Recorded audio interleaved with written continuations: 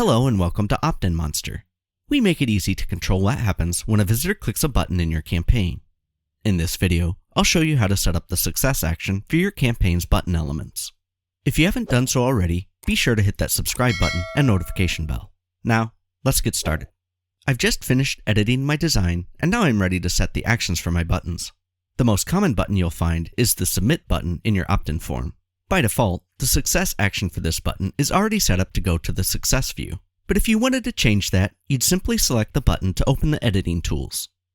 Next, choose the action you want from the button click action menu.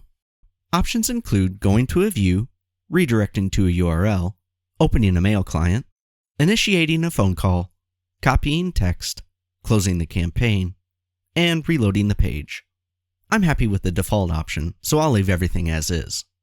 Now, I do have a couple of buttons I want to edit in the success view, so I'll head over there. For this first button, I'm going to give my visitors the option of copying the coupon code to use immediately, so again, I'll select the button. This time, under button click action, I'll select click to copy text, and then put the coupon code in the text to copy to clipboard field. I'll leave the close campaign option off because I'm hoping the visitor will next click the start shopping button, which I'll configure now. This time, I'll select redirect to a URL, and then put the URL of my store in the redirect URL field.